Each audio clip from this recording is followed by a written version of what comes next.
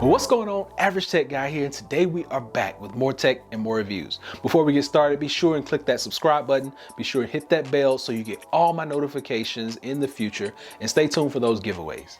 Today, we're going to be looking at a device that I've been trying out recently. This is the OnePlus 9. And today, this is what we're going to be talking about. So let's check it out.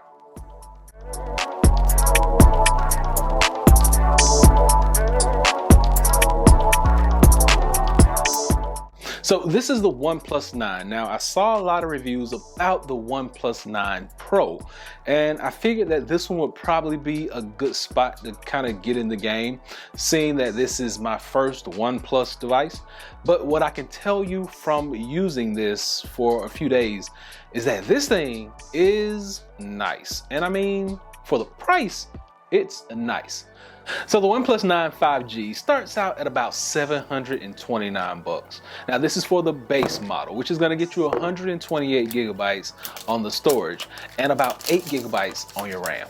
This device also comes with a Snapdragon 888, and it also has a 4,500 milliamp hour battery. It's going to be more than good enough to get you through an entire day without having to charge. And speaking of charging, it also comes with that 65 watt warp charge. And I mean, this warp charge is awesome. You can get over half your battery charged from zero in about 30 minutes. So like, no issues on the battery game. They got it on lock. You get a 15 watt wireless charge.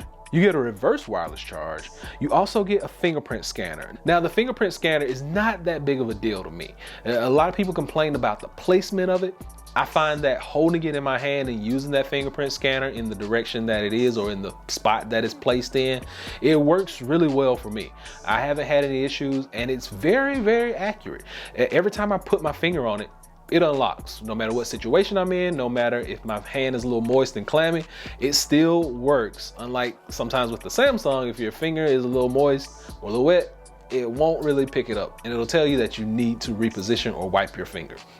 But I can appreciate OnePlus has built in a really nice fingerprint sensor into the screen of this phone. Also, OnePlus has left that same Oxygen OS with that clean OS experience. Like super clean, not a whole lot of bloatware built into this thing. When you turn this on for the very first time, it's extremely clean. Like you only get like 2 or 3 OnePlus apps, and that's it. And no issues from the bloatware from me.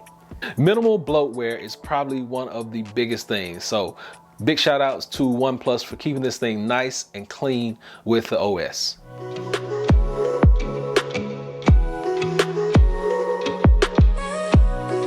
So if we actually take a look at the device itself, notice you're gonna get a 6.5-inch display on this device. It's beautiful, very vibrant, nice and colorful, runs the full gamut. The screen only shows in 1080p, but you can take full advantage of the 120 hertz refresh rate that it comes on by default. No toggling from the beginning. It comes on 120 hertz on that refresh rate. Very snappy, very fluid, very intuitive, and I've had no issues with running it. And normally when you run the 120 hertz, you get battery issues. With this device, I get all day battery. There have been no issues with the battery life, even running at 120 hertz refresh rate all day long. Now, there are also other settings that you can go in and change and make your screen either more vibrant, more vivid, but basically this only works for certain applications. So just keep that in mind. Instagram is probably one of those applications that you can use these features in right now, but hopefully very soon there will be more of these to come. So now that we talked about the screen, let's look at some of the placements of the buttons on this. Because on the left side, that's where you're gonna have your volume rockers to toggle those up and down. They're nice and tactile. You don't have to worry about any lag when you're pressing your volume buttons. And then if you look on the other side, that's where your power button resides. And you also have a vibrate toggle. So this toggle, I've heard some people say that there's maybe a little loose, and I'm thinking that that is just the phone that they got, because I've had no issue. This thing clicks, it sticks, and it's right on time. I see nothing wrong with any of these toggles on this device. It also comes with USB Type-C charging, and that's where your warp charging comes in at. You see, you got that 65-watt brick that comes in the box. You don't have to go out and buy anything extra. You do have a 65-watt adapter, comes with the phone, and you actually get that signature red and white cable that comes with your device. So you get that warp charge on your device right out of the box. It has an all glass front, and then the back feels like a more plasticky type of material. If you held this in your hand, you would probably say that this was a cheaper device because it doesn't feel as premium maybe as some of the others, but the back is really glossy.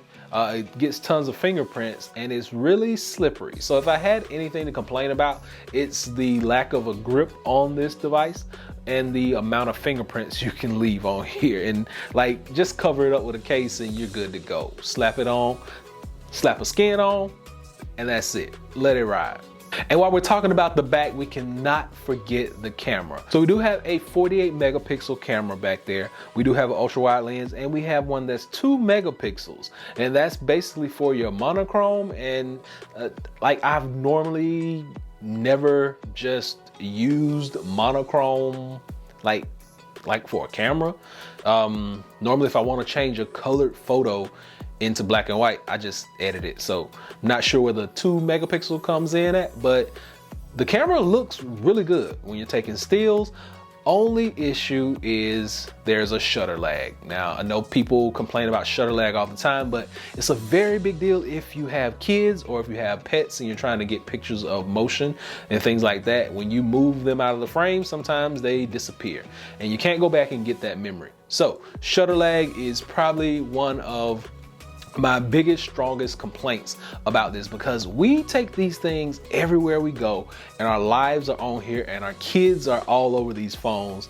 So shutter lag improvement would be something big for the next iteration of the OnePlus phone.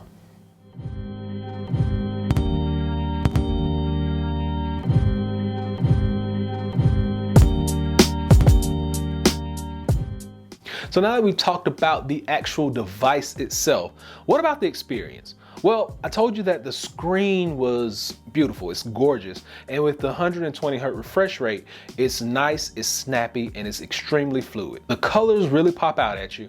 The OS is a joy to use, and I've really had no complaints. Like I mentioned, this is my first OnePlus device, and I've really enjoyed using this. I put my Samsung phone down for a while and I've been using this one exclusively. Now with Verizon, you don't just get all the features. You kind of got to go in and tweak some stuff, like for your text messages, just because of the network changes. But I will say using this thing has been a joy. My alerts come through.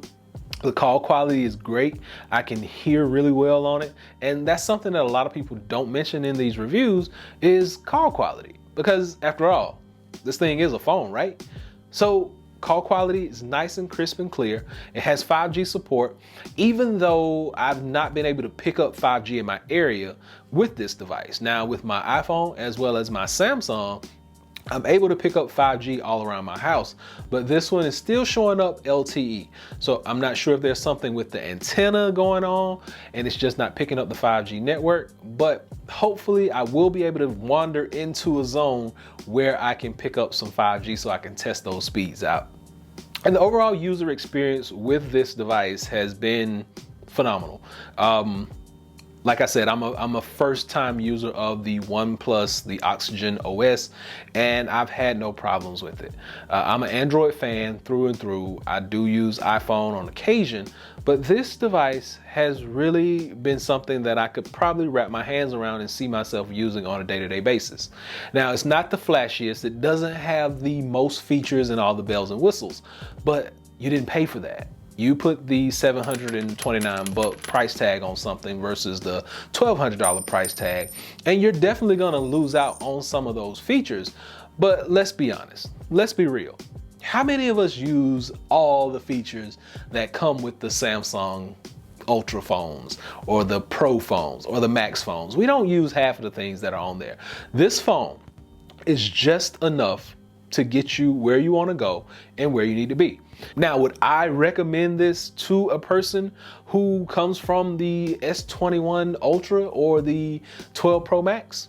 Most definitely. I would recommend it, but would they listen? Probably not, because the person that goes out and buys those phones are true fans of the Ultra series. They're true fans of the Max series. They probably wouldn't go to this phone from that phone. But for the person who just wants a phone that's gonna do ordinary smartphone stuff, that's gonna give you a little bit more freedom, that's gonna give you a really good camera experience, that's gonna give you a really good video experience, that's gonna get you the basics and exactly what they need, this phone is it. This phone is the basics of everything that you need. It's gonna get you really good pictures. It's gonna get you really good call quality. It's gonna get you good video. It's gonna get you good battery life. It's gonna get you an awesome screen. It's gonna get you a 120 hertz refresh rate. That's gonna be smooth, crisp, and on point every time you touch it. It gets you a fingerprint scanner. It also gets you reverse wireless charging, 65-watt warp charging. What more? I can keep going on, and the average person would love to use this phone. And I could recommend this to just about anybody. But fanboys who are like way up here on the Samsung scale, or fanboys who are way up here on the Apple scale, are not gonna have the open mind to try out one of these. So therefore, I'm just saying, open your mind up. Look at the possibilities. This phone is a really, really good phone. It has all the features that you would need, all the features that you would probably want, and really all the features that you are going to use on a daily basis. And let's face it, even the reverse wireless charge, many of us don't use that on a day-to-day basis. It's more of a gimmicky thing we can show off to our friends. Oh, let me charge your phone up. Boop. And there you go. Everything looks good, feels good. It's a little slick, a little slippery, has a plasticky feel to it. Slap a case on it and you're good to go. I did order me a case from Spigen, so that will be in later on next week. The Oxygen OS is really smooth. It's really easy to use. And if you're coming over from anything other than Apple, you're gonna be able to pick this up and run with it and no issues. On a scale of 1 to 5, I give the OnePlus 9 4 out of 5. It feels good, looks good. It's just a little slippery, a little slick in my hands.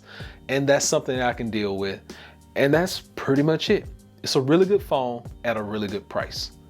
So hopefully this has been able to help someone out. So this has been my review of the OnePlus 9. It's the perfect device to get you where you want to be. Until next time, Average Tech Guy out. Peace.